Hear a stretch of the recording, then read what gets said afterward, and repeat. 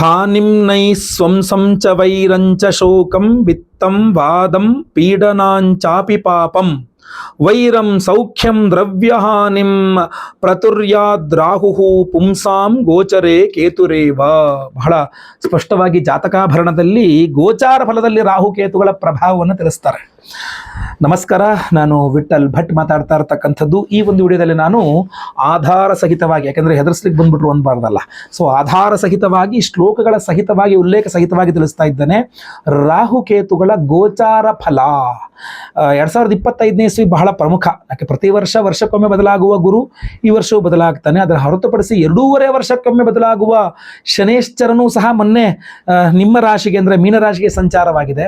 ಅದೇ ಥರ 1.5 ವರ್ಷಕ್ಕೊಮ್ಮೆ ಬದಲಾಗುವಂತಹ ರಾಹುಕೇತುಗಳು ಸಹ ನಿಮ್ಮ ರಾಶಿಯಿಂದ 12ನೇ ಮನೆಗೆ ರಾಹು ಸಂಚಾರ, ನಿಮ್ಮ ರಾಶಿಯಿಂದ 6ನೇ ಮನೆಗೆ ಕೇತು ಸಂಚಾರವಾಗಲಿದೆ. ಆದ್ದರಿಂದ ಇದು ಆ ರಾಹುಕೇತುಗಳ ಸಂಚಾರದ ಒಂದು ಪ್ರಭಾವ ಮೀನರಾಶಿಯವರ ಮೇಲೆ ಯಾವ ರೀತಿಯಲ್ಲಾಗಲಿದೆ ಅನ್ನುವಂಥದ್ದು ಈ ವಿಡಿಯೋದಲ್ಲಿ ನಾನು ತಿಳಿಸಲಿದ್ದೇನೆ. ಸೊ ದಯವಿಟ್ಟು ವಿಡಿಯೋನ ಲೈಕ್ ಮಾಡ್ಲಿಕ್ಕೆ ಮರಿಬೇಡಿ. ಪ್ರತಿಯೊಬ್ಬ ಮೀನರಾಶಿಯವರಿಗೆ ಈ ವಿಡಿಯೋ ರೀಚ್ ಆಗೋ ಥರ ದಯವಿಟ್ಟು ವಾಟ್ಸಪ್, ಫೇಸ್ಬುಕ್, ಮೆಸೆಂಜರ್, ಟೆಲಿಗ್ರಾಮ್ ಎಲ್ಲ ಕಡೆ ಸಾಮಾಜಿಕ ಜಾಲತಾಣಗಳಲ್ಲಿ ವಿಡಿಯೋನ ಶೇರ್ ಮಾಡಲಿಕ್ಕೆ ಮರಿಬೇಡಿ. ನೀವು ಸಬ್ಸ್ಕ್ರೈಬ್ ಮಾಡ್ಕೊಳ್ಳಿ ನಮ್ಮ ಚಾನಲ್. ಅಂದರೆ ದಯವಿಟ್ಟು ಕೆಳಗಡೆ ಸಬ್ಸ್ಕ್ರೈಬ್ ಅಂತ ಬಟನ್ ಇರುತ್ತೆ, ಸಬ್ಸ್ಕ್ರೈಬ್ ಮಾಡ್ಕೊಳ್ಳಿ. ಬೆಲ್ ಬಟನ್ ಬರುತ್ತೆ, ಬೆಲ್ ಬಟನ್ ಕ್ಲಿಕ್ ಮಾಡಿ ಆಲ್ ಅಂತ ಮಾಡ್ಲಿಕ್ಕೆ ದಯವಿಟ್ಟು ಮರಿಬೇಡಿ. ಫೇಸ್ಬುಕ್ಕಲ್ಲಿ ನೋಡ್ತಾ ಇದ್ದೀರಾ, ನಮ್ಮ ಪೇಜನ್ನು ಇನ್ನೂ ಫಾಲೋ ಮಾಡಿಲ್ಲ ಅಂದರೆ ದಯವಿಟ್ಟು ನಮ್ಮ ಪೇಜನ್ನು ಫಾಲೋ ಮಾಡ್ಲಿಕ್ಕೆ ದಯವಿಟ್ಟು ಮರಿಬೇಡಿ. ಬಹಳ ಪ್ರಮುಖವಾಗಿ ಶ್ಲೋಕ ಸಹಿತವಾಗಿ ಹೇಳ್ತಾ ಇದ್ದೇನೆ. ನಿಮ್ಮ ರಾಶಿಯಲ್ಲಿರುವಂತಹ ರಾಹುಗ್ರಹ ಇಷ್ಟು ದಿನಗಳ ಕಾಲ ಅಂದರೆ 18 ತಿಂಗಳು, 1.5 ವರ್ಷದಿಂದ ನಿಮ್ಮ ರಾಶಿಯಲ್ಲಿ ರಾಹು ಇದ್ದ. ಈಗ ನಿಮ್ಮ ರಾಶಿಯಿಂದ ಹಿಂದಿನ ರಾಶಿ, ಯಾಕೆಂದ್ರೆ ಅಪ್ರದಕ್ಷಿಣ ಉಲ್ಟ ಹೋಗ್ತಾನೆ. ಅದರಿಂದ ಕುಂಭರಾಶಿಗೆ ರಾಹು ಸಂಚಾರ ಆಗ್ತಾ ಇದೆ. 7ನೇ ಮನೆಯಲ್ಲಿದ್ದಂತಹ ಕೇತುಗ್ರಹ 6ನೇ ಮನೆಗೆ ಬರ್ತಾ ಇದೆ. ಇದೇನು ಹೇಳುತ್ತೆ? ಹಾಗಾದಾಗ ಏನು ಅಂತ ಫಲ ಹೇಳುತ್ತೆ ಅಂತಂದ್ರೆ ನೋಡಿ, ಷಷ್ಠದಲ್ಲಿ ಧನಪ್ರಾಪ್ತಿ ಅಂದರೆ 6ನೇ ಮನೆಗೆ ಕೇತು ಬಂದ ಅಂದ್ರೆ ನಮಗೆ ಧನಪ್ರಾಪ್ತಿ ಯೋಗವಾಗ್ತದೆ. ಹಾಗೂ ಇನ್ನೊಂದು ಕಡೆ ನೆಗೆಟಿವ್ ಏನಾಗ್ತದೆ ಅಂದರೆ ದ್ವಾದಶದಲ್ಲಿ ಬಂದಾಗ ಧನಹಾನಿ. ನೋಡಿ, ಒಂದು ಕಡೆ ಧನಪ್ರಾಪ್ತಿ, ಇನ್ನೊಂದು ಕಡೆ ಧನಹಾನಿ. ಏನು ಗುರುಗಳೇ, ಎರಡೂ ಸಹ ನೀವೇ ಹೇಳ್ತಾ ಇದ್ದೀರಾ. ನೀವು ಹೇಳ್ತಿರುವಂತಹ ವಾಕ್ಯಗಳೇ, ಸ್ಟೇಟ್ಮೆಂಟೇ ಒಂದಕ್ಕೊಂದಕ್ಕೆ ವಿರುದ್ಧವಾಗಿದೆಯಲ್ಲ ಅಂತ. ಖಂಡಿತ ಹೌದು. ಏನಪ್ಪಾ ಅಂತಂದ್ರೆ ನೋಡಿ, ಈ ಒಂದು ವಿಡಿಯೋನ ನಿಧಾನಕ್ಕೆ ಅರ್ಥ ಮಾಡ್ಕೊಳ್ಳಿ. ನಾನು ಗೊಂದಲಕ್ಕೆ ನಿಮ್ಮನ್ನು ಈಡು ಮಾಡಲಿಕ್ಕೆ ಇಷ್ಟಪಡುವುದಿಲ್ಲ. ರಾಹುಕೇತುಗಳು ಛಾಯಾಗ್ರಹಗಳು, 2 ಬೇರೆ ಬೇರೆ ಗ್ರಹಗಳ ಫಲವನ್ನು ಕೊಡುವ ಒಂದೇ ಗ್ರಹ ಅನ್ನುವ ರೀತಿಯಲ್ಲಿ ಇರ್ತದೆ ಇದು. ಸೊ ಇಲ್ಲಿ ಏನಾಗ್ಬಿಡುತ್ತೆ, ರಾಹುಕೇತುಗಳ ಪ್ರಭಾವದಲ್ಲಿ 6ನೇ ಮನೆ ಷಷ್ಠ ಅಂತೀವಿ, ಅಲ್ಲಿ ಪಾಪಗ್ರಹನಾಗಿ ಬರ್ತಾನೆ ಯಾರು? ಕೇತುಗ್ರಹ. ಸೊ ಷಷ್ಠದಲ್ಲಿ ಪಾಪಗ್ರಹಗಳು ಶುಭ ಫಲಗಳನ್ನು ಕೊಡಬೇಕು. ಸೊ ಕೇತು ನಿಮಗೆ ಶುಭ ಫಲಗಳನ್ನು ಕೊಡ್ತಾನೆ. ಆದರೆ ರಾಹು 12ನೇ ಮನೆಯಲ್ಲಿ ವ್ಯಯ, ಲಾಸ್ ಮನೆಯಲ್ಲಿ ರಾಹು ಬಂದಾಗ ನಿಮಗೆ ಧನಹಾನಿಯನ್ನು ಕೊಡ್ತಾನೆ. ಸೊ ಒಬ್ಬ ನಿಮಗೆ ಧನವನ್ನು ಕೊಟ್ಟರೆ ಇನ್ನೊಬ್ಬ ಧನ ಹಾನಿಯನ್ನು ಮಾಡ್ತಾರೆ. ಇದರ ಒಟ್ಟಾರೆ ಸಾರಾಂಶ ಏನಪ್ಪಾ ಅಂದ್ರೆ ದುಡ್ಡು ಬರುತ್ತೆ, ಅದ್ರ ಉಳಿಯಲ್ಲ, ಹೊರಟು ಹೋಗುತ್ತೆ ಅಂತ ಅರ್ಥ. ಸೊ ಆದ್ರಿಂದ ಇಲ್ಲಿ ನೀವು ಗಮನಿಸಬೇಕಾದ ವಿಚಾರ ಏನು, ಅರ್ಥ ಮಾಡ್ಕೊಳ್ಬೇಕಾದ ವಿಚಾರ ಏನು, ದುಡ್ಡನ್ನು ಹೇಗೆ ಉಳಿಸ್ಕೊಳ್ಬೇಕು ಅಂತ ಯೋಚನೆ ಮಾಡಬೇಕು. ದುಡ್ಡನ್ನು ಹೇಗೆ ಉಳಿಸ್ಕೊಳ್ಳೋದು? ನಿಯಮಿತವಾದಂಥ ಉಳಿತಾಯ, ಅದನ್ನ ಬಹಳ ಮುಖ್ಯವಾಗಿ ಸಿಸ್ಟಮ್ಯಾಟಿಕ್ ಇನ್ವೆಸ್ಟಿಂಗ್ ಪ್ಲಾನ್ ಅಂತ ಕರೀತಾರೆ. ಹೆದರಬೇಡಿ, ನಾನು ನಿಮ್ಗೆ ಯಾವುದೋ ಒಂದಿಷ್ಟು ಪ್ಲ್ಯಾನ್ಗಳನ್ನು ಪ್ರಮೋಟ್ ಮಾಡಲಿಕ್ಕೆ ಇಲ್ಲಿ ಬಂದಿಲ್ಲ, ನಾನು ಯಾವುದೋ ರೀತಿಯಲ್ಲಿ. ಆದರೆ ನಿಮಗೆ ಹೇಳಲಿಕ್ಕೆ ಬಂದಿದ್ದೇನೆ ಅಂದರೆ ಆ ರೀತಿ ಯಾವುದಾದ್ರು ಉತ್ತಮವಾದಂತಹ ಸಿಸ್ಟಮ್ಯಾಟಿಕ್ SIP, ಒಂದು ಒಳ್ಳೆಯ SIPನಲ್ಲಿ ದುಡ್ಡನ್ನು ಹೂಡಿಕೆ ಮಾಡಲಿಕ್ಕೆ ದಯವಿಟ್ಟು ಶುರು ಮಾಡಿಬಿಡಿ. ಯಾಕೆಂದರೆ ಜನ್ಮ ಶನಿಯೂ ಸಹ ನಿಮಗೆ ನಷ್ಟವನ್ನು ಕೊಟ್ಟಾಗ, ನಿಮ್ಮ ರಾಶಿಯಲ್ಲಿ ಶನಿ ಇದ್ದಾಗ, 12ನೇ ಮನೆ ರಾಹು ನಿಮಗೆ ನಷ್ಟವನ್ನೇ ಕೊಡ್ತಾ ಇದ್ದಾನೆ ಅಂತಂದಾಗ ಎಲ್ಲೋ ಒಂದು ಆಶಾ ಕಿರಣದ ರೀತಿಯಲ್ಲಿ ಷಷ್ಠದ ಕೇತು ನಿಮಗೆ ದುಡ್ಡನ್ನು ಕೊಡ್ತಾ ಇರ್ತಾನೆ. ಸೊ ದುಡ್ಡನ್ನು ಕೊಡ್ತಾ ಇರ್ತಾನೆ, ಅದರಿಂದ ದುಡ್ಡನ್ನು ಹಾಳು ಮಾಡ್ತಾ ಇರ್ತಾವೆ. ಆ ಬರುವ ದುಡ್ಡನ್ನು ನಿಮ್ಮ ಕೈಲಿ ಇಟ್ಕೊಳ್ಳೋ ಯೋಗ ಇಲ್ಲ ತಾನೆ. ಬೇಡ, ನಿಮ್ಮ ಹೆಸರಲ್ಲಿ ಎಲ್ಲೋ ಒಂದು ಕಡೆ ಸೇವಿಂಗ್ಸ್ ಆಗ್ಬಿಡ್ಲಿ, ಅದನ್ನು ಒಂದು ಮಾರ್ಗ ಮಾಡಿಬಿಡಿ, ಅದನ್ನು ಹೋಗಿ ಎಲ್ಲೋ ಒಂದು ಕಡೆ ಸೇವ್ ಆಗಿಬಿಡುತ್ತೆ. ಆವಾಗ ಏನಾಗುತ್ತೆ, ನಿಮ್ಮ ಕೈಯಿಂದ ಖರ್ಚಾದಂಗೂ ಆಯಿತು, ಎಲ್ಲೋ ಒಂದು ಕಡೆ ನಿಮ್ಮ ಹೆಸರಲ್ಲಿ ಸೇವ್ ಆದಂಗೂ ಆಯಿತು. ಸೊ ಇನ್ನೊಂದು ವರ್ಷ, ಇನ್ನೊಂದು 18 ತಿಂಗಳುಗಳ ಕಾಲ ನಿಮ್ಮ ಹೆಸರಲ್ಲಿ ದುಡ್ಡು ಉಳಿತಾಯ ಆಗ್ತಾ ಇದ್ರೆ, ನಾಳೆ ರಾಹು ಪುನಃ ಲಾಭಕ್ಕೆ ಹೋದ ನಂತರವೂ ಸಹ, ಅಂದರೆ ಮತ್ತೆ ಪುನಃ ರಾಹು ಕೇತುಗಳು ಸಂಚಾರವಾದಾಗ ನಿಮಗೆ ಇನ್ನೂ ಜನ್ಮಶನಿ ಹಾಗೆ ಇರುತ್ತೆ. ಸೊ ಅದರಿಂದ ಆ ಸಮಯದಲ್ಲಿ ನಿಮ್ಗೆ ಏನೇ ಕಷ್ಟ ಆದರೂ ಸಹ ಈ ಉಳಿತಾಯದ ಹಣ ನಿಮಗೆ ಖರ್ಚಿಗೆ ಸಿಗಬಹುದು. ಸೊ ಅದರಿಂದ ದಯವಿಟ್ಟು ಹೇಳ್ತೇನೆ, ಕೂಡಲೇ ನೀವು ಮೀನರಾಶಿಯವರು ಎಲ್ಲೋ ಒಂದು ಕಡೆ ದುಡ್ಡನ್ನು ಉಳಿತಾಯ ಮಾಡಲಿಕ್ಕೆ ಆರಂಭ ಮಾಡಿಬಿಡಿ, ಆಯ್ತಾ? ಇದು ಒಂದು ಕಡೆ. ನೆಕ್ಸ್ಟ್, ನಿಮಗೆ 12ನೇ ಮನೆಯ ರಾಹು ನಿಮಗೆ ನ್ಯಾಯಾಲಯದಲ್ಲಿ ಸೋಲನ್ನು ಕೊಡುವ ಸಾಧ್ಯತೆ ಆಸಿರುತ್ತೆ. ಅಂದರೆ ಹಿನ್ನಡೆ, ನಿಮ್ಮ ಕೇಸ್ಗಳೆಲ್ಲ ಹಿನ್ನಡೆ ಆಯಿತು ಅಂತ. ಸೊ ನಾನು ತುಂಬ ಕೋರ್ಟಲ್ಲಿ ಫೈಟ್ ಮಾಡ್ತಿದ್ದೆ ಸರ್, 7.5 ಏನೋ ಗೊತ್ತಿಲ್ಲ ಸರ್, ನನಗೆ ಹಿನ್ನಡೆ ಆಗೋಯಿತು ಕೋರ್ಟಲ್ಲಿ ಅಂತ. 7.5 ಒಂದೇ ಅಲ್ಲ, ವ್ಯಯ 12ನೇ ಮನೆಯ ರಾಹು ಸಹ ನಿಮಗೆ ನ್ಯಾಯಾಲಯದಲ್ಲಿ ಹಿನ್ನಡೆಯನ್ನು ಉಂಟು ಮಾಡ್ತಾ ಇದ್ದಾನೆ ಅನ್ನುವಂಥದ್ದು ಅರ್ಥ. ಅಷ್ಟೇ ಅಲ್ಲ, ಮೂರನೇದಾಗಿ ತುಂಬ ಎಂತ ಹೇಳ್ತೀವಿ ನಿಮಗೆ, ಓಡಾಟಗಳನ್ನು ಸಹ ವ್ಯರ್ಥ ಮಾಡಿಬಿಡ್ತಾನೆ. ಓಡಾಟಗಳನ್ನು ವ್ಯರ್ಥ ಮಾಡೋದು ಅಂದರೆ ಏನು ಗೊತ್ತಾ, ತುಂಬ ಇಂಪಾರ್ಟೆಂಟ್ ಕೆಲಸಗಳಲ್ಲಿ ನೀವು ಹೋಗಿ ಅದೊಂದು ಕೆಲಸ ಮಾಡೋದು ಇದೊಂದು ಕೆಲಸ ಮಾಡೋದು, ಸುಮ್ಮನೆ ಓದೇ ಸರ್ ಕೆಲಸ ಆಗಲಿಲ್ಲ, ಎಷ್ಟು ಓದಿದ್ರೆ ಸಹ ಕೆಲಸ ಆಗಲಿಲ್ಲ, 2 ಸಲ 3 ಸಲ 4 ಸಲ ಕೆಲಸನೇ ಆಗಲಿಲ್ಲ ಸರ್, ತುಂಬ ಬೇಜಾರಾಯಿತು ಅಂತ. ಆದರೆ 6ನೇ ಮನೆಯಲ್ಲಿ ಕೇತು ನಿಮಗೆ ಹಂಗೆ ಆಗ್ಲಿಕ್ಕೆ ಕೊಡಲ್ಲ. ಅವನೇನು ಮಾಡ್ತಾನೆ, ಒಂದು ಓಡಾಟದಲ್ಲಿ ಕೆಲಸ ಆಗಲಿಲ್ವಾ, 3-4ನೇ ಓಡಾಟದಲ್ಲಾದ್ರೂ ನಿಮ್ಗೆ ಕೆಲಸ ಆಗೋ ಥರ ಮಾಡ್ತಾನೆ. ಸೊ ಅದರಿಂದ ಕೆಲಸ ಆಗಲಿಲ್ಲ ಅಂತ ನೀವು ಓಡಾಡೋದು ಬಿಡಬೇಡಿ, 2 ಸಲ ಅಲ್ಲ 3 ಸಲ ಎಲ್ಲ ಪ್ರಯತ್ನ ಮಾಡ್ತಾ ಇರಿ, ಒಂದಲ್ಲ ಒಂದ್ಸಲ ನಿಮ್ಗೆ ಸಕ್ಸಸ್ ಸಿಕ್ಕೇ ಸಿಗುತ್ತೆ. ಮರಳಿ ಯತ್ನವ ಮಾಡು ಅನ್ನುವಂಥದ್ದನ್ನ ಆ ಥಿಯರಿಯನ್ನು ನೀವು ಅಳವಡಿಸ್ಕೊಳ್ಬೇಕಷ್ಟೇ. ಮರಳಿ ಯತ್ನವ ಮಾಡುವಂಥ, ಒಂದೇ ಸಲಕ್ಕಾಗೋದಿಲ್ಲ, 1-2-3 ಸಲ ಓಡಾಡಿದ್ಮೇಲೆ ಆಗುತ್ತೆ ಕೆಲಸ ಅನ್ನುವಂಥದ್ದು ಬಹಳ ಮುಖ್ಯ. ಇನ್ನು ಷಷ್ಠದ ಕೇತು ನಿಮಗೆ ಪಾಸಿಟಿವ್ಸ್ ಕೂಡ ನೋಡಿದಾಗ ಸಾಲಗಳ ವಿಚಾರದಲ್ಲಿ ಪಾಸಿಟಿವ್ ಅನ್ನು ಕೊಡ್ತಾನೆ. ಯಾರೋ ನಿಮಗೆ ದುಡ್ಡು ಕೊಟ್ಟಿಲ್ಲ, ಕೊಡಬೇಕು. ಈ ಸಲ ಏನು ಮಾಡ್ತೀರ, ಕೇತು ಷಷ್ಠಕ್ಕೆ ಬಂದಮೇಲೆ ಹೋಗಿ ದೊಡ್ಡದಾಗ ಗಲಾಟೆ ಮಾಡಿ ಕಿತ್ತಾಡಿ ಇಲ್ಲಿ ತನಕ ಬಾಯಿಗೆ ಹೇಳ್ತಿದ್ದೆ, ಇನ್ನು ಅಲ್ಲಿ ಹೋಗ್ಬಿಟ್ಟೆ ಜಗಳ ಮಾಡ್ಬಿಡ್ತೀನಿ ಅಂತ ಅವ್ರ ಮನೆ ಮುಂದೋ ಅಂಗಡಿ ಮುಂದೋ ಎಲ್ಲ ಹೋಗ್ಬಿಟ್ಟು ನೀವೇನು ಮಾಡ್ತೀರಾ, ಜಗಳ ಮಾಡಿ ನಿಮ್ದು ಏನಿದೆ ಪಾಲು ಕಿತ್ಕೊಂಡು ಬರ್ತೀರಾ, ನಿಮ್ಮದು ಅಂಥದ್ದೇನಾದ್ರು ಕಿತ್ಕೊಂಡು ಬರ್ತೀರಾ, ಆಯಿತು ನಿಮ್ಮ ಸಾಲಗಳು ಕ್ಲಿಯರ್ ಆಯಿತು.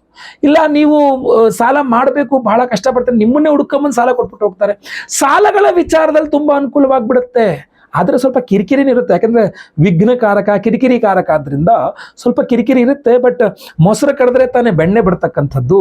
ಸೊ ಏನೇ ಕಿರಿಕಿರಿ ಆದರೂ ಔಟ್ಪುಟ್ ರಿಸಲ್ಟ್ ತುಂಬ ಪಾಸಿಟಿವ್ ಆಗಿ ಅಪ್ಪ ಏನೇ ಆಗಲಿ ಅಂತೂ ಇಂತೂ ಲಾಸ್ಟಲ್ಲಿ ಅನುಕೂಲವೇ ಆಯಿತು ಬಿಡಪ್ಪ ಅನ್ನೋ ಥರ ಇರುತ್ತೆ. ಸೊ ಅದರಿಂದ ಕೇತು ಗ್ರಹ ಕಿರಿಕಿರಿಯನ್ನು ಉಂಟು ಮಾಡಿದ್ರು ಫಲವನ್ನೇ, ಶುಭ ಫಲವನ್ನೇ ಕೊಡ್ತಾನೆ. ಸೊ ಧನ ಲಾಭವನ್ನೇ ಕೊಡ್ತಾನೆ, ದುಡ್ಡನ್ನೇ ಕೊಡ್ತಾನೆ, ಧನ ಪ್ರಾಪ್ತಿಯನ್ನು ಕೊಡ್ತಾನೆ. ರಾಹು ಅದನ್ನು ಉಳಿಸಲ್ಲ ಅಷ್ಟೇ, ಬರೀದೆಲ್ಲ ಹಂಗೆ ಹೊರಟೋಗ್ತಾ ಇರುತ್ತೆ. ಆಮೇಲೆ ಬಹಳ ಮುಖ್ಯವಾಗಿ ನೀವು ಸಣ್ಣ ಆಗುವ ಸಾಧ್ಯತೆ ತುಂಬ ಜಾಸ್ತಿ. ಅಂದರೆ ಹೇಳೋರು ಖುಷಿ ಆಗ್ಬಿಡುತ್ತೆ, ನಾನು ಸಣ್ಣ ಆಗ್ಬಿಡ್ತೀನ ತುಂಬ ಒಳ್ಳೆಯದು ಅಂತ. ಹಾಗಲ್ಲ, ನಾನು ಹೇಳೋದು ಶರೀರದಲ್ಲಿ ತಡೆದುಕೊಳ್ಳುವ ರೆಸಿಸ್ಟೆನ್ಸ್ ಪವರ್ ಅದು ಕಡಿಮೆ ಆಗ್ತಾ ಹೋಗ್ಬಿಡುತ್ತೆ ಅಂತ ಕಂಡು ಬರ್ತಾ ಇದೆ. ಏನು ಹೇಳ್ತಾರೆ, ನಿಮಗೆ ವ್ಯಾಧಿಗಳಿಂದ ರೆಸಿಸ್ಟೆನ್ಸ್ ಪವರ್, ಯಾವುದೇ ಒಂದು ಜ್ವರ ಬಂತು, ರೆಸಿಸ್ಟೆನ್ಸ್ ಪವರ್ ಇದ್ದರೆ ಆ ಜ್ವರವನ್ನು ಗೆಲ್ಲಬಹುದು. ಏನೇ ಅನಾರೋಗ್ಯ ಆದರೂ ರೆಸಿಸ್ಟೆನ್ಸ್ ಪವರ್ ಇದ್ದಾಗ ವಾಪಸ್ ಅದರಿಂದ ಅನಾರೋಗ್ಯದಿಂದ ಹೊರಬರ್ಬೋದು. ಬಟ್ ನಿಮಗೆ ರೆಸಿಸ್ಟೆನ್ಸ್ ಪವರ್ ಕಡಿಮೆ ಆದಾಗ 1 ವಾರ 2 ದಿನ ಮಲ್ಕೊಳ್ತಾ ಇದ್ದವರು 1 ವಾರ 5 ದಿವಸ 6 ದಿವಸ ಆಯಿತು, ಇನ್ನೂ ಮಲಗೇ ಇದ್ದೀನಿ, ಇನ್ನೂ ಎದ್ದೇಳಕ್ಕಾಗಲಿಲ್ಲ, ಇನ್ನೂ ಹುಷಾರಾಗಲಿಲ್ಲ ಅನ್ನೋ ಥರ ಆಗ್ಬಿಡುತ್ತೆ. ದೀರ್ಘಕಾಲಿಕ ಸ್ವಲ್ಪ ಎಳೆದಾಡ್ಬಿಡುತ್ತೆ. ಸೊ ಅದ್ರ ಬಗ್ಗೆನೂ ಗಮನ ಹರಿಸಬೇಕಾಗುತ್ತೆ. ಸೊ ಬರುವಂಥ ದುಡ್ಡು ಆಸ್ಪತ್ರೆ ಪಾಲಾಯಿತು, ಬರುವಂಥ ದುಡ್ಡು ಔಷಧಿ ಪಾಲಾಯಿತು, ಬರುವಂಥ ದುಡ್ಡು ಬೇರೆ ಯಾರ್ಯಾರ್ದೋ ಪಾಲಾಯಿತು, ಬರುವಂಥ ದುಡ್ಡು ವ್ಯರ್ಥವಾಗಿ, ಅಂದರೆ ಅನಾವಶ್ಯಕ ಮರ. ಸುಮ್ಮನೆ 1.5 ಲಕ್ಷ ರೂಪಾಯಿ ಮೊಬೈಲ್ ತಗೊಂಡೆ, ಸುಮ್ಮನೆ 35-40 ಸಾವಿರ ರೂಪಾಯಿ ಮೊಬೈಲ್ ತಗೊಂಡೆ, ಅದು EMI ಮೇಲೆ ತಗೊಂಡೆ, ಸಾಲ ಸಿಗುತ್ತೆ ಅಂದರೆ EMI ಮೇಲೆ ತಗೊಂಡೆ, 2 ದಿನ 1 ವಾರ 10 ದಿವಸ ಬಳಸೋದ್ಮೇಲೆ ಅಯ್ಯೋ ಸುಮ್ಮನೆ ಪ್ರತಿ ತಿಂಗಳು ಕಟ್ಟಬೇಕಾ, ಇವಾಗ ಇಷ್ಟು ಸಾವಿರ ಕಟ್ಟಬೇಕಾ ಈ ಮೊಬೈಲ್ಗೆ, ಏನು ಸಿಕ್ತು ಏನೂ ಸಿಗಲಿಲ್ಲ ಅಂತ. ಸೊ ವ್ಯರ್ಥ ಮಾಡುವ ಸಾಧ್ಯತೆಗಳು ತುಂಬ ಜಾಸ್ತಿ ಇದೆ. ಮೊಬೈಲ್ ಮೇಲೆ, ಮತ್ತೊಂದು ಮೇಲೆ, ಗಾಡಿ ಮೇಲೆ, ಮತ್ತೊಂದು ಮೇಲೆ, ಬಟ್ಟೆ ಮೇಲೆ ಸುಮ್ಮನೆ ಕಾಸ್ಟ್ಲಿ ತಗೊಂಬಿಡೋದು, ಸಿಗುತ್ತೆ ಅಂತ ಹೇಳ್ಬಿಟ್ಟು ಆಮೇಲೆ ಸುಮ್ಮನೆ ವೇಸ್ಟ್ ಅದ, ಸುಮ್ಮನೆ ಬಿದ್ದಿದೆ, ಈಗ ತಿಂಗಳ ಕಟ್ಟುವಲ್ಲಿ ಅಂತ. ಸೊ ಆ ಥರ ವ್ಯರ್ಥ ಮಾಡಿಸುವ ಸಾಧ್ಯತೆಗಳು ಜಾಸ್ತಿ ಇರುತ್ತೆ. ಇಲ್ಲಿ ವಿದೇಶಕ್ಕೆ ಹೋಗುವಂಥ ಸಾಧ್ಯತೆಗಳು ಚೆನ್ನಾಗಿರ್ತದೆ. ಸೊ ವಿದೇಶವಾಸ, ವಿದೇಶಕ್ಕೆ ಪ್ರಯಾಣ, ಟ್ರಾನ್ಸ್ಫರ್ಗಳು ಈ ಥರಗಳೆಲ್ಲ ಸ್ವಲ್ಪ ಜಾಸ್ತಿ ಕಾಣ್ತಾ ಇದೆ.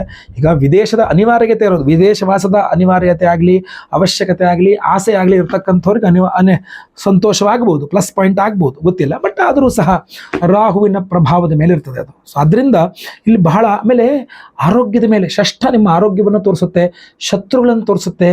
ನಿಮ್ಮನ್ನು ನೋಡ್ಕೊಂಡು ಹೊಟ್ಟೆ ಹೊರ್ಕೊಳ್ಳೋರು, ನಿಮ್ಮನ್ನು ನೋಡ್ಕೊಂಡು ನಿಮಗೆ ತೊಂದರೆ ಕೊಡ್ಲಿಕ್ಕೆ ನೋಡ್ತಕ್ಕಂಥ ನಿಮ್ಮ ಶತ್ರುಗಳು, ನಿಮ್ಮ ಆರೋಗ್ಯ, ಇದೆಲ್ಲದ್ರ ಮೇಲೂ 6ನೇ ಮನೆಯ ಕೇತು ಪ್ರಭಾವ ಬೀರ್ಬಿಡ್ತಾನೆ. ಸೊ ಅದರಿಂದ ಇವನ್ನೆಲ್ಲ ಸಹ ಕಂಟ್ರೋಲ್ ಮಾಡ್ಕೊಳ್ಳೋಕ್ಕೆ, ನಿಮ್ಮನ್ನು ನೀವು ರಕ್ಷಣೆ ಮಾಡ್ಕೊಳ್ಳೋಕೆ ಅವಕಾಶ ಸಿಗುತ್ತೆ. ಅಂದರೆ ಏನೋ ರಾಹು ಕೇತುಗಳ ಆರಾಧನೆ ಜಾಸ್ತಿ ಮಾಡ್ಬೇಕಷ್ಟೇ. ರಾಹು ಕೇತುಗಳ ಆರಾಧನೆ ಜಾಸ್ತಿ ಅಂತಂದರೆ ಯಾವ ರೀತಿಯಲ್ಲಿ ನೋಡಿ, ಸಿಂಪಲ್ ಪರಿಹಾರ ನಿಮಗೆ ಹೇಳಬೇಕು ಅಂತಂದರೆ, ಶನಿವಾರಗಳಲ್ಲಿ ರಾಹುಕಾಲದಲ್ಲಿ ನೀವು ಲಿಂಬೆಹಣ್ಣು ದೀಪ ಹಚ್ಚೋದು, ಅಮ್ಮನವರ ದುರ್ಗಾ ದೇವಸ್ಥಾನಕ್ಕೆ ಹೋಗಿ, ಅಥವಾ ಬೆಲ್ಲದಲ್ಲಿ ದೀಪ ಹಚ್ಚೋದು ಮಾಡಬಹುದು. ಅಥವಾ ಮಂಗಳವಾರಗಳಲ್ಲಿ, ಅದ್ರ ಜೊತೆಯಲ್ಲಿ ಮಂಗಳವಾರಗಳಲ್ಲಿ, ಅದೇ ಶನಿವಾರದಲ್ಲಿ ನೀವು ಉದ್ದಿನ ಬೇಳೆಯನ್ನು ದಾನ ಮಾಡ್ಬೋದು. ಶನಿವಾರಗಳಲ್ಲಿ ಅಮ್ಮನವರ ದೇವಸ್ಥಾನದಲ್ಲೋ ಅಥವಾ ಎಲ್ಲ ಆಗಲಿ ಉದ್ದಿನ ಬೇಳೆಯನ್ನು ದಾನ ಮಾಡಬಹುದು. ಮಂಗಳವಾರಗಳಲ್ಲಿ ಹುಳಿ ದಾನ ಮಾಡಬಹುದು. ಅಥವಾ ಮಂಗಳವಾರ ಗಣೇಶನ ದೇವಸ್ಥಾನಕ್ಕೆ ಹೋಗಿ ಕಾಲು ನೋವು ಬರ್ತನಕ ಪ್ರದಕ್ಷಿಣೆ ನಮಸ್ಕಾರ ಮಾಡ್ಕೊಂಡು ಬರ್ಬೋದು. ಗರಿಕೆಯನ್ನು ಗಣಪತಿಗೆ ಸಮರ್ಪಣೆ ಮಾಡ್ಬೋದು. ಇನ್ನೂ ಹೇಳಬೇಕು ಅಂತಂದರೆ ಸಂಕಷ್ಟಹರ ಚತುರ್ಥಿ, ಪ್ರತಿ ತಿಂಗಳು ಒಂದ್ಸಲ ಸಂಕಟ ಚತುರ್ಥಿ ಬರುತ್ತೆ. ಸೊ ಗಣೇಶನ ದೇವಸ್ಥಾನ ಎಲ್ಲಿದೆ ಅಂತ ನೋಡಿಕೊಂಡು ಸಂಕಟ ಚತುರ್ಥಿ ವ್ರತವನ್ನು ಚೆನ್ನಾಗಿ ಮಾಡುವ ಯಾವುದಾದ್ರು ದೇವಸ್ಥಾನವನ್ನು ನೋಡಿ ಇಟ್ಕೊಳ್ಳಿ. ಆ ದೇವಸ್ಥಾನಕ್ಕೆ ನೀವು ಪ್ರತಿ ಸಂಕಷ್ಟಿಯೂ ಸಹ ಹೋಗಿ ಬೆಳಗ್ಗೆಂದು ಉಪವಾಸ ಇರಿ, ಹಾಲು ಕುಡೀರಿ, ಹಣ್ಣು ತಿನ್ನಿ, ಆದರೆ ಅನ್ನ ತಿನ್ನಬೇಡಿ, ಈರುಳ್ಳಿ ಬೆಳ್ಳುಳ್ಳಿ ತಿನ್ನಬೇಡಿ, ನಾನ್ ವೆಜ್ ಇತ್ಯಾದಿಗಳನ್ನ ವರ್ಜೆ ಮಾಡಿ. ಸಂಜೆ ದೇವಸ್ಥಾನಕ್ಕೆ ಹೋಗಿ ಅಲ್ಲಿ ಗಣಪತಿಯನ್ನು ಸೇವೆ ಮಾಡಿಕೊಂಡು, ಪ್ರಾರ್ಥನೆ ಮಾಡಿಕೊಂಡು ಪ್ರಸಾದ ಸೇವನೆಯನ್ನು ಮಾಡಿ, ರಾತ್ರಿ ಚಂದ್ರ ದರ್ಶನ ನಂತರ ಊಟ ಮಾಡಿ. ಆವಾಗ ಅನ್ನ ಊಟ ಮಾಡ್ಬೋದು. ಆವಾಗಲೂ ಊಟದಲ್ಲಿ ಈರುಳ್ಳಿ ಬೆಳ್ಳುಳ್ಳಿ ನಾನ್ ವೆಜ್ ಏನೂ ಇರಬಾರ್ದು. ಆ ಥರ ಇದು ಬಿ ಪಿ ಶುಗರು ಮತ್ತೊಂದು ಇನ್ನೊಂದು ಆರೋಗ್ಯ ಬಾಧೆ ಇಲ್ಲ ಅಂದರೆ ಇದನ್ನು ಪ್ರಯತ್ನ ಮಾಡಿ.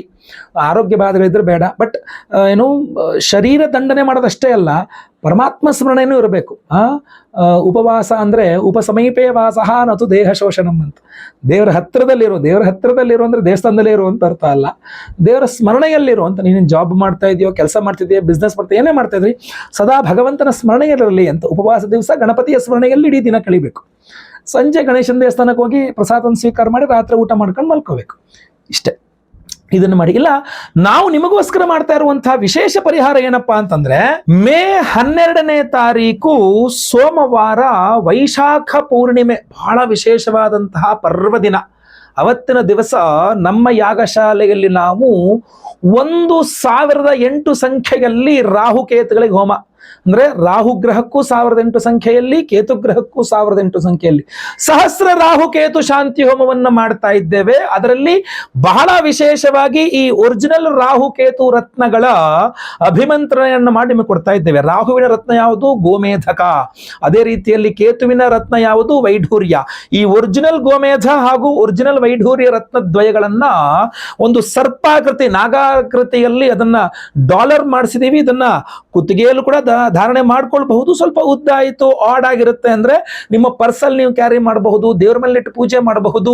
ಇದು ಬಹಳ ಪವರ್ಫುಲ್ ಆಗಿ ರಾಹುಕೇತುಗಳ ಒಂದು ಸಮಸ್ಯೆಯನ್ನ ನಿಮಗೆ ನ್ಯೂಟ್ರಲೈಸ್ ಮಾಡಲಿಕ್ಕೆ, ಕಡಿಮೆ ಮಾಡಲಿಕ್ಕೆ, ಹಾಗೂ ಪಾಸಿಟಿವ್ ಏನಿದೆ ಅದನ್ನು ನಿಮಗೆ ತಲುಪಿಸ್ಲಿಕ್ಕೆ ಈ ಒಂದು ರತ್ನದ್ವಯಗಳು ತುಂಬಾ ಹೆಲ್ಪ್ ಮಾಡಲಾಗುತ್ತೆ. ಸೊ ಅದರಿಂದ ಸಂಕಲ್ಪ ಸೇವೆಗೆ ಹೆಸರು ಕೊಟ್ಕೊಳ್ಳಿ. ಮೇ 12ನೇ ತಾರೀಕು ಸೋಮವಾರ ಸಹಸ್ರ ರಾಹು ಕೇತು ಶಾಂತಿ ಹೋಮ. ರಾಹು ಹಾಗೂ ಕೇತುವಿನ ರತ್ನಗಳನ್ನೇ ಅದರಲ್ಲಿಟ್ಟು ಎನರ್ಜೈಸ್ ಮಾಡಿ ಇದನ್ನು ನಾವು ತಂದು ಕೊಡ್ತಾ ಇದ್ದೇವೆ ನಿಮಗೆ. ಅಷ್ಟೇ ಅಲ್ಲ, ಇದನ್ನ ಬಹಳ ವಿಶೇಷವಾದಂತಹ ಗುರು ಸನ್ನಿಧಾನಗಳಲ್ಲೂ ಸಹ ಇದನ್ನು ಎನರ್ಜೈಸ್ ಮಾಡ್ತಾ ಇದ್ದೇವೆ.